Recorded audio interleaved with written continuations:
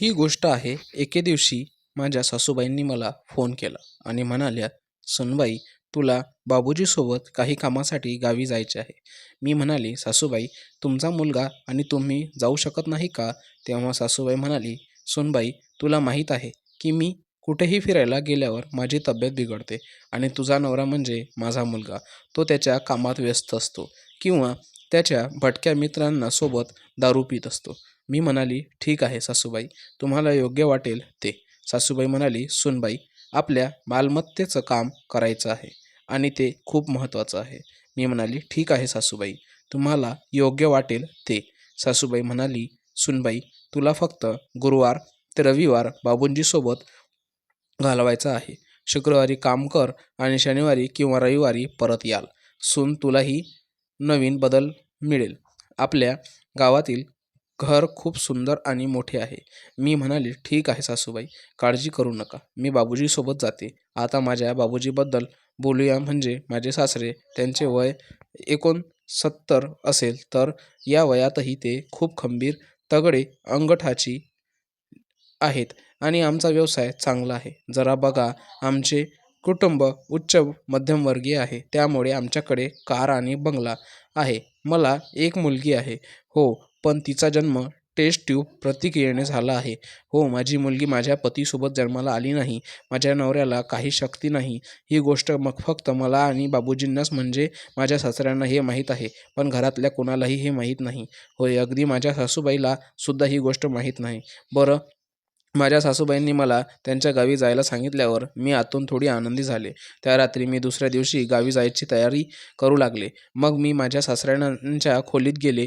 हो, घरी मी नेहमी साडीचा पदर डोक्यावर नेसायची. हो, आमच्या घरात अशी प्रथा आहे की स्त्रियांनी डोक्यावर पदर घेतल्याशिवाय कोणत्याही पुरुषांसमोर जायचं नाही. होय, मी एकदम संस्कारी सूनबाई आहे. तर आता मी माझ्या सासऱ्याच्या खोलीत आली. पण माझे सासरे एक पुस्तक वाचत होते. मी म्हणाली, "बाबूजी, जास्त वेळ पुस्तक वाचत बसू नका. उद्या लवकर गावी जायचे आहे. जास्त वेळ पुस्तक वाचत बसू नका. उद्या लवकर गावी जायचे आहे. तुम्हीच मला सांगितले होते." मी माझ्या सासऱ्यांच्या बॅगेतही काही वस्तू ठेवल्या होत्या, पण आता सासऱ्यांचं लक्ष दुसरीकडेच होते. ते पुस्तक वाचण्याऐवजी दुसरीकडे बघत होते. एक गोष्ट सांगायला विसरली. माझे नाव सुचित्रा. लोक मला घरातले सुची या नावाने हाक मारायचे. तुम्हाला सांगितले की माझे नाव सुचित्रा आहे. मी एका संस्कृत कुटुंबातील आहे. तर आता माझ्याबद्दल मी खूप गोरी आणि थोडी लठ्ठ आहे. माझे नाक अगदी सरळ आहे. मी खूप सुंदर आहे. 45 वर्षाची आहे आणि खूप सुंदर आहे. माझी उंची 5.4 इंच आहे आणि त्यामुळे माझे वरचे डोळे कसे असतील याची तुम्ही कल्पना करू शकता. होय, माझे पिशव्यासारखे आहेत, खूप मोठे आहेत, पण ते थोडेसे पपईसारखे लटकले आहेत. मी एकदम साडी मॉडेल सुचरिता भट्टाचार्य सारखी आहे आणि तुम्हाला माझी कल्पना यावी म्हणून मी हे सांगत आहे. तो दिवस गुरुवार आला आणि आम्ही 12 नंतर थोडे उशिरा निघालो. आम्ही गाडीनेच आलो, पण माझ्या सासऱ्यांनी गाडी चालवली. ट्रॅफिकमुळे संध्याकाळी 6:30ला इगतपुरीला पोहोचलो. आमच्या इथे एक घर आहे, एक छोटा बंगला आहे. समजा ते छोट्या छोट्या डोंगरावर आहे, पण गाडी तिथे जाऊ शकत नाही. एक मजली घर, मोठे छान डोंगर, थंडगार वारा. आमचे काही नातेवाईक पण आहेत, म्हणूनच त्यांनी आम्हाला जेवायला बोलावले होते. तिथे आमच्या घराची काळजी घेणारा एक नोकर दीपूही होता, पण त्याचे कोणीतरी आजारी होते म्हणून तो सकाळी निघणार होता आणि सासरे आहेत, त्यांनी त्याला त्यांच्या गावाला जाण्याची परवानगी दिली. पाऊस पडत होता. आम्ही एका नातेवाईकाच्या घरी जेवणासाठी गेलो. खरे तर आम्ही सर्व खाद्यपदार्थ तिथे ठेवले होते. मग माझी मोठी सासूबाई आली आणि आमच्या दोघांमध्ये काही घरगुती बोलणे झाले. घरगुती राजकारण नक्कीच होतं त्यात. त्या रात्री मोठ्या सासूबाई पण माझ्या घरी थांबल्या होत्या आणि माझे सासरे मोठ्या सासूबाईच्या पती व सोबत त्यांच्या घरी दारू पीत होते. त्यामुळे ती रात्र अशीच गेली. म्हणजे आमचा गुरुवार असाच गेला. दुसऱ्या दिवशी शुक्रवार होता. दुसऱ्या दिवशी सासरे त्यांच्या कामासाठी गेले होते. मी मोठ्या सासूबाईकडे होते. त्या रात्री आम्ही माझ्या मोठ्या सासूबाईच्या घरी जेवण केले आणि माझे सासरे माझ्या मोठ्या सासूबाईच्या नवऱ्यासोबत दारूचा आस्वाद घेत होते. होय, माझे सासरे देखील दारू पितात, पण आपल्या मुलासारखे, म्हणजेच माझ्या नवऱ्यासारखे सवय नव्हती. पण सासरे निघून गेले. सासरे म्हणाले, "सुनबाई, मी बंगल्यावर जात आहे." मोठ्या सासूबाई म्हणाल्या, तुम्ही जा, आम्हाला थोडं बोलायचं आहे. काही वेळाने मी पण मोठ्या सासूबाईचं घर सोडले. बाहेर मुसळधार पाऊस पडत होता, म्हणून मोठ्या सासूबाईंनी मला छत्री दिली आणि मी घरी आली. साडीचा पदर मी डोक्यावर घेतला होता. मी घरात आली. सासरे पुन्हा दारू पित टी व्ही बघत होते. मी घरी आली, पण पाऊस आणि वाऱ्यामुळे मी पूर्णपणे भिजून गेली होती. आमचं घर खूप मोठं होतं, बंगला होता, पण मला त्याला घर म्हणायचं आवडत नव्हतं. घर म्हणायला आवडतं. खाली एक हॉल होता आणि वर काही खोल्या पण होत्या. छत्री छोटी होती, पण मी खूप लहान होतो त्यामुळे मी खूप ओली होते. आणि आत येताच मी सासऱ्याला म्हणाले, बाबूजी, दारे खिडक्या बंद करा, नाहीतर पाणी आणि डास आत येतील. मग बाबूजींनी खिडक्या दार बंद केले. अचानक घरातील वीज गेली, पण काळजी नव्हती. दीपू आमच्या नोकराने मेणबत्ती पेटवून ठेवली होती. मी म्हणाले, बाबूजी, मला थोडी मदत कराल का? बाबूजी म्हणाले, सुनबाई, सांग, मी तुला काय मदत करू? मी म्हणाली, बाबूजी, मेणबत्ती घ्या आणि माझ्याबरोबर वरच्या मजल्यावर चला. या. बाबूजी म्हणाले, हो सुनबाई, आता असं पण खाली यायचं नाही. आले, चल तर आपण वरच्या मजल्यावर जाऊया. मग समोरच्या खोलीत आली. बाबूजींनी घराच्या कोपऱ्यात मेणबत्ती लावली. मग मी बाथरूममध्ये गेली आणि माझ्या सासऱ्यांना बोलावलं आणि म्हणाली, बाबूजी, इथे इतके नळ का चालू आहेत? प्लीज बघा आणि पाणी बंद करा. बाबूजी बाथरूममध्ये आले आणि नळ बंद करू लागले, पण चुकून शॉवर सुरू झाला. मी पुन्हा भिजली होते आणि मी निळी साडी नेसली होती आणि वर साडीचा पदरही होता डोक्यावर माझा. पण आता माझ्या लक्षात आले की बाबूजी गुपचूप माझ्याकडे बघत होते. त्यांनाच पावसामुळे आणि माझी साडी ओली झाली होती. बाबूजी गुपचूप माझे हे शरीर पाहत होते. एक दिवस असं झालं, माझे बाबूजी म्हणजे सासरे, ते नेहमी चौकीदार जायचे. त्यांना थोडी सिगारेट ओढायची सवय होती. एके दिवशी असे झाले की सकाळी मी दुकानात गेली. पाऊस पडत होता. असो, मी नेहमी साडीचा पदर डोक्यावर घेत असे. मी खूप संस्कारी सून आहे. बरं, मी छत्री घेतली आणि पाहिले की माझे सासरे क्रॉसिंगवर होते.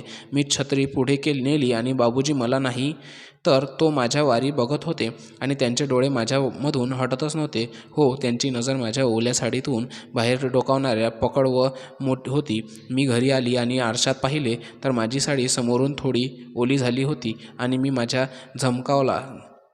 जमवार चिकटली होती, त्यामुळे मधून आणि माझे चांगले दिसत होते. त्यांनीच माझी सुद्धा वर दिसत होती. साधी पारदर्शक असल्याने माझ्या चिलाखी होती. साडी मागून ओली होती. मग मी ती वस्तू घेऊन घराकडे निघाली. मग मला पण मजा यायला लागली. मी मुद्दाम बाबूजींना आजूबाजूला जायची, झाडू मारताना खाली वाकायची. कुठल्या ना कुठल्या बहाण्याने मी बाबूजींना माझं प्रदर्शन दाखवायला लागायची आणि बाबूजीसुद्धा नेहमी माझ्याकडे त्यांच्या गुप्त नजरेने बघायचे आणि माझं सोडवलेलं शरीर बघायचा आनंद घ्यायचे. काही वेळाने बाबूजी म्हणाले, माझे सासरचेही घरी आले होते.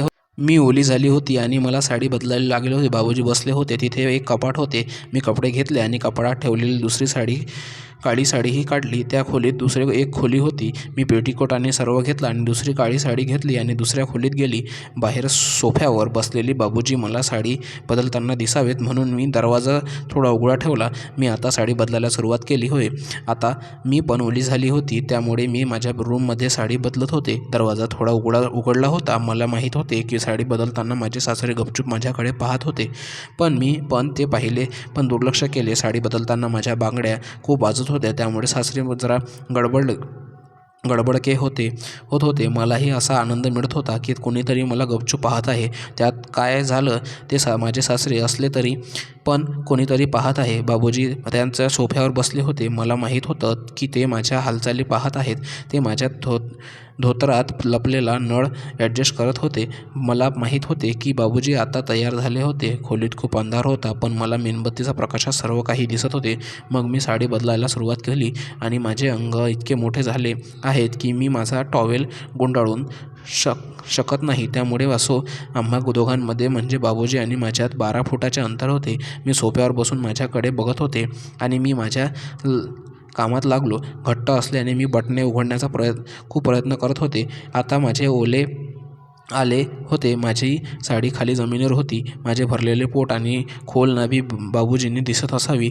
आता बाबूजी पूर्ण वेळ झाले होते. ते धोतरावर आपला होय. मला त्यांच्या हालचाली दिसत होत्या, पण त्यांचा चेहरा दिसत नव्हता, कारण खोलीत अंधार होता. आता मी शेवटचे बटन उघडले आणि बाबूजींच्या दिशेने थोडीशी वळली. आता नक्कीच त्यांना दिसत असतील.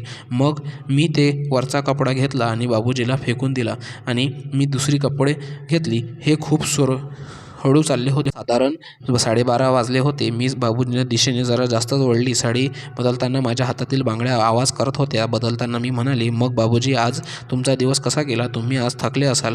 आज प्रॉपर्टीच्या कामात खूप बिझी होता. बाबूजींनी पुन्हा एकदा आपलं राजा आणि आपल्या धोतरावर जळवून घेतले आणि म्हणाले, हो सुनबाई, आज मला भरपूर काम होते, पण मी थकलो नाही. आपल्या या गावाची हवाही चांगली आहे. मी कापड घातली होती. मग दुसरं कपडं घेऊन ते घालू लागली. हळूहळू एक एक बटन लावत होती आणि त्याचवेळी बाबूजींशी बोलत होते. होय, खोलीत वीज नव्हती. मी एक मेणबत्ती लावली होती आणि तिच्या प्रकाशात मला बाबूजींचा चेहरा दिसत नव्हता आणि बाबूजींना माझा चेहरा दिसत नव्हता. मी बाबूजींना म्हणाली, बाबूजी, एका मला खूप काळजी वाटते. बाबूजी म्हणाले, सोनूबाई, मला तुला कशाची काळजी आहे? मी म्हणाले, बाबूजी, काल रात्रीसारखे आज सोफ्यावर झोपू नका. माझ्यासोबतच बेडवर झोपा. असो, आपला बेड बराच मोठा आहे. आता ती माझी साडी नेसू लागली आणि साडी नेसताना मी गोल फिरत होती, जेणेकरून बाबूजींना सगळं दिसावं. आता तो शेवटचा भाग होता. मी साडीचा पदर उचलला. स्वतःला ॲडजस्ट घेत बाबूजींना म्हणाली, बाबूजी, कसा वाटलं? मजा आली का तुम्हाला? बाबूजींनी पूर्ण धक्का बसला. मी म्हणाली, हो बाबूजी, मला सांगा, मला साडी नेसताना पाहून तुम्हाला मजा आली की नाही? मग मी बाल्कनीत आली. बाबूजी अजूनही सोफ्यावर बसले होते आणि मी चालत असताना उसळलेल्या माझ्याकडे बघत होते. मी म्हणाली, अहो बाबूजी, तुम्ही पण बाल्कनीत या. तेवढ्यात बाबूजीही बाल्कनीत आले. मी पुन्हा बाबूजींना विचारले, बाबूजी, तुम्हाला कशी वाटली ते सांगा. मला साडी बदलताना पाहून तुम्हाला मजा आली असेल ना? तेव्हा बाबूजींच्या समोर डोक्यावरून पदर घेतला होता. मी म्हणाली, बाबूजी, मला तुमच्याशी काहीतरी बोलायचे आहे. बाबूजी म्हणाले, सुनबाई, सांग, तुला काय बोलायचे आहे? मी म्हणाली, बाबूजी, तुम्हाला आठवतं का, कधी कधी तुमचे मित्र किंवा माझ्या नवऱ्याचे मित्र येतात, तेव्हा मी तुम्हाला सांगायची, त्यांच्यासाठी चहा घेऊन जा. बाबूजी म्हणाले, हो सुनबाई, मला माहिती आहे. मी म्हणाली, बाबूजी, तुमचे मित्र आणि माझ्या नवऱ्याचे मित्र माझ्याकडे त्या नजरेने पाहतात, पण त्यात काही हरकत नाही. बाबूजी म्हणाले, अरे सुनबाई, तू मला हे आधी का सांगितले नाही? मी म्हणाली, बाबूजी, ही गोष्ट आपल्या दोघांमध्ये ठेवा. हो, आणि बाबूजी, मला माहीत आहे की तुम्ही माझ्याकडे कसे पाहतात, पण हरकत नाही, मला तुमची नजर आवडते. बाबूजी क्षणभर थांबले आणि म्हणाले, सुनबाई, एक गोष्ट सांग, तू खुश आहेस ना? मी म्हणाली, बाबूजी, आता मुद्द्यावर येऊ. बाबूजी म्हणाले, सुनबाई, काय मुद्दा आहे? मला सांग, संकोच नको करू. मी आणि आनंदी झाले असे वाटते का? होय, मी आनंदी आहे, कारण आम्ही श्रीमंत आहोत. आमच्याकडे सर्व काही आहे, कार, बंगला, सर्व काही आहे. पण बाबूजी म्हणाले, सुनबाई, पण काय, अजिबात संकोच करू नकोस. मला नेहमी तुला आनंदी पाहायचे आहे. मी म्हणाली, पण बाबूजी, मी खुश नाही. बाबूजी म्हणाले, सुनबाई, सांग, तू सुखी राहण्यासाठी मी काय करू? मी म्हणाली, तुमचा मुलगा. बाबूजी म्हणाले, सुनबाई, मला सांग, माझ्या मुलाची काय अडचण आहे? मी म्हणाली, बाबूजी, गाडी आणि बंगल्यात सगळे सुखी आहेत असे तुम्हाला वाटते का? नाही तर बायकोला खरा आनंद बेडरूममध्ये असतो. बाबूजी म्हणाले, सुनबाई, सांग, संकोच करू नकोस. मी म्हणाली, बाबूजी, तुमचा मुलगा माझ्यासोबत काहीच करत नाही.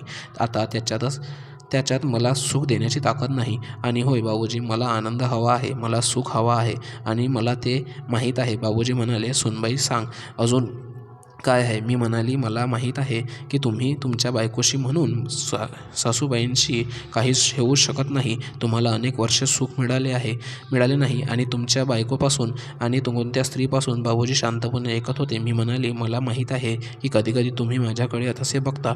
मला माहीत आहे की आज मी तुझ्या खोलीत आली तेव्हा तुम्ही पुस्तक वाचण्याऐवजी माझ्याकडे बघत होते. मग बाबूजी थोडे नर्वस झाले आणि माझ्या मागे येऊन माझा हात फिरवू लागले. त्यांनी डायरेक्ट पुढचं पाऊल टाकलं. आम्ही अजूनही बाल्कनीतच होतो. समोर काहीच नव्हते, फक्त रिकामे डोंगर आणि पूर्ण अंधार होता, त्यामुळे काळजी नव्हती. बाबूजी म्हणाले, सुनबाई, तू खूप सुंदर आहेस. मी म्हणाली, अरे इश, काहीतरीच काय? मी थोडी लठ्ठ आणि गुबगुबीत आहे, काहीही बोलता तुम्ही. तेव्हा बाबूजी म्हणाले, सुनबाई, मला तू खूप आवडतेस. तू माझी लाडकी सुनबाई आहेस. मी म्हणाली, अरे अजून काही? बाबूजींना ठेवता आला नाही आणि त्यांनी लगेच मला पकडून खोलीत नेले. बाबूजी म्हणाले, सुनबाई, तू एकदम अप्रतिम आहेस, लोण्यासारखे रसाळ आहेस. मी म्हणाली, ओके, मला आणखी काही सांगायचे आहे. नंतर बाबूजींनी खोलीत नेऊन माझ्यासोबत जे केले ते मला आजही खूप आनंदी ठेवतात आणि बाबूजी आणि मनी नेहमीच हे काम करत असते.